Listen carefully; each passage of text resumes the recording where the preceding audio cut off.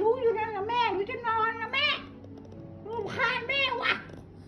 ถ่ายได้ทั้งวันเลยไม่ได้ถ่ายได้นักหนาอ่ะแล้วไปขู่ไอ้งัวทำไมขู่ไอ้งัวทำไม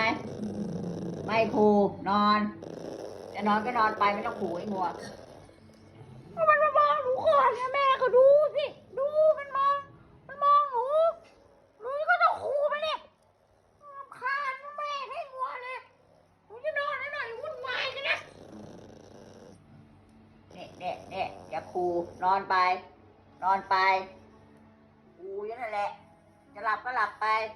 งัวไม่สนใจงัวไปนอนไปงัวไปนอน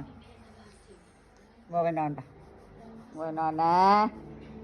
งัวนอนลูกเดี๋ยวแม่ตีสอนให้คนไม่ได้กัดหนูเหรอมันหลับแล้วอ่ะ